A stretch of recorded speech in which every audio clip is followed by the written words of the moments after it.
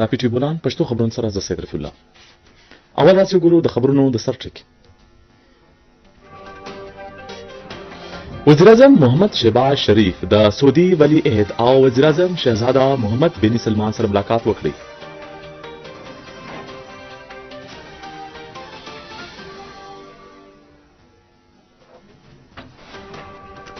وزیراعظم محمد شهباز شریف د سعودي عرب د دورې پر مهال د سعودي وزیر سرمایه‌کاري او د اقتصادي چارو لپاره د ټاسک فورس د مشر ملاقات وکړي.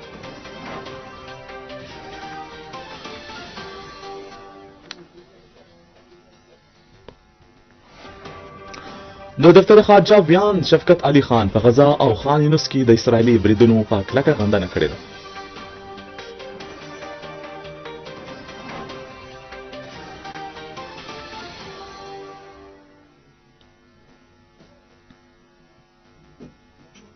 اوس راځو ګورو د خبرونو تفصیل.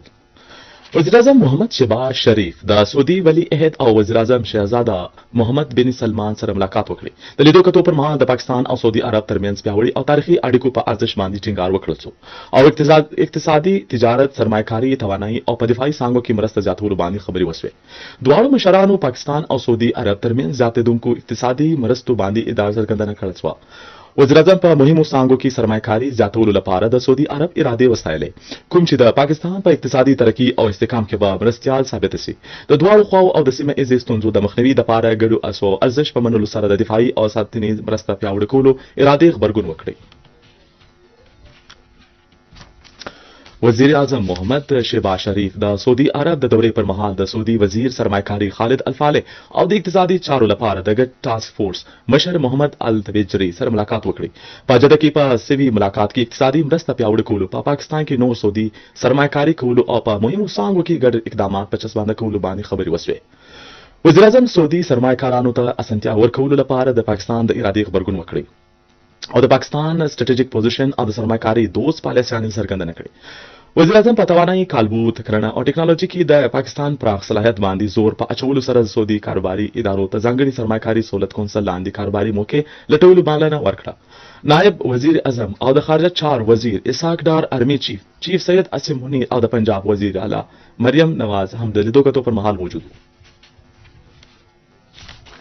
د دفتر خارجه ویان شفقت علي خان ویلي دي چې په غزا او خان یونس کې د اسرایلی بریدونو په کلکه غندنه کوي. د دفتر خارجه د دفتروار معلوماتو پر مهال ویلي دي چې د پاکستانیانو او د اسرایلی تر توتللو په اړه هیڅ معلومات نشته. په دې اکله معلومات ترلاسه کول کیږي.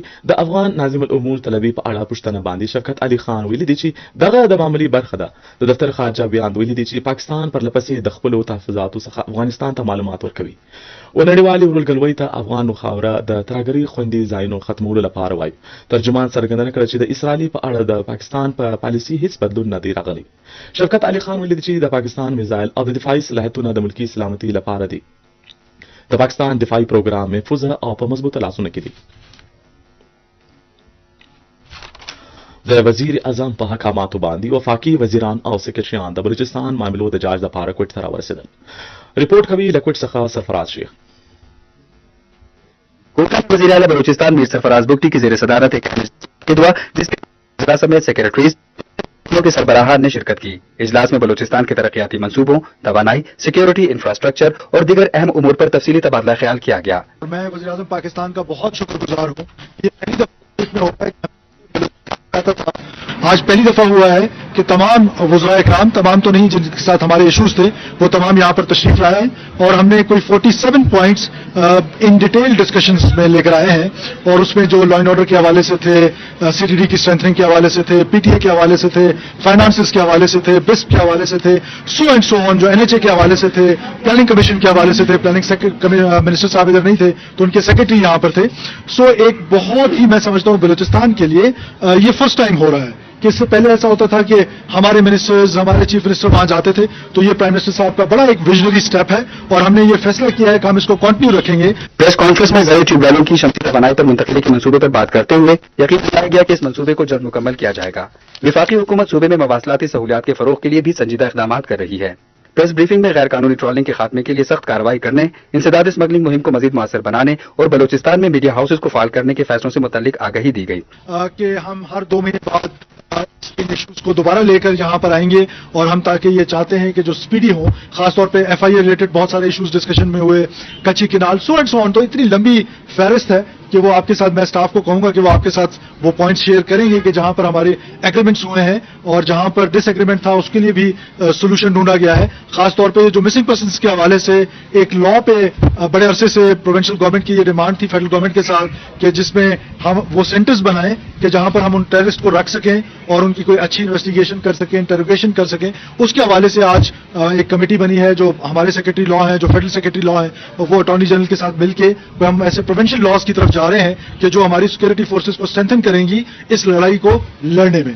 वजीर आला बलूचिस्तान ने कहा है कि मीडिया की बहाली से सूबे के मसाइल उजागर करने और हल निकालने में मदद मिलेगी। वजीर आला बलूचिस्तान ने उम्मीद जाहिर की है कि वफाकी और सूबाई हुकूमतों के ताउन से भरपूर इकदाम के जरिए सूबे में खुशहाली और तरक्की की राहों को हमवार किया जाएगा। सरफराज शेख, पाकिस्तान टेलीविजन न्यूज, कोयटा। د بلوچستان اسمبلی غونډه ډیپټي سپیکري غزاله ګولا په صدارت کې وسوه. غونډې ته د وینا کولو پر وخت وزیر اعلی میر سرفراز بګټي وویل چې دوه ډلو په ټرین حمله وکړه. ترهګر په خپل مقصد بریالي نسو چې وژل سو. هغه ترهګرو هغوی خلک یې غمال کولو جوړولو وژل.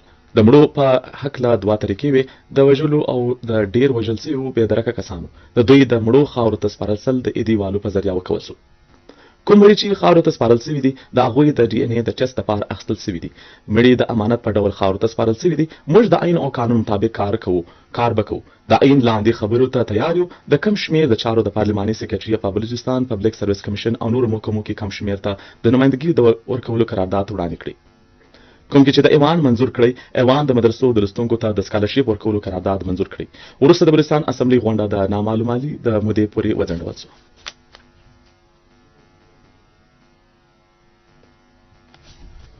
د جمعیت علماء اسلام مرکزی مشر حافظ حسین احمد د جنازې لمونځ د کوټې په جامع عربیه مطلع العلوم کې ادا کړل شو.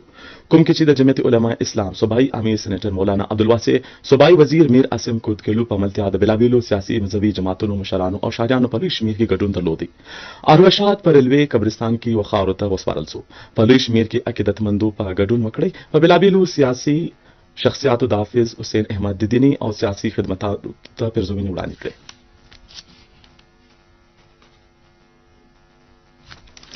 د دالبندین په شهید فرحان جان د هلکانو په حق کې سکول په سونو بې وزله او مستحقو لوستونکو کې 300 جوړې مفت او د نوي رنګ د سکول درېشاني او 114 د سکول بستې وویشل شوې.